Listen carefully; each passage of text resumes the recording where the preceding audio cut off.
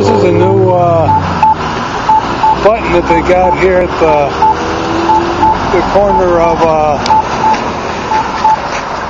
12th Avenue and 7th Street South here in Nampa.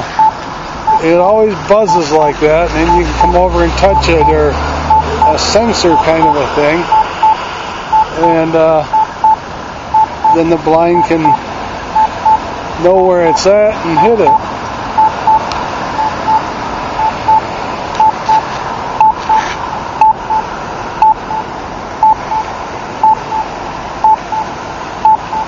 So, from Nampa, Idaho, with the new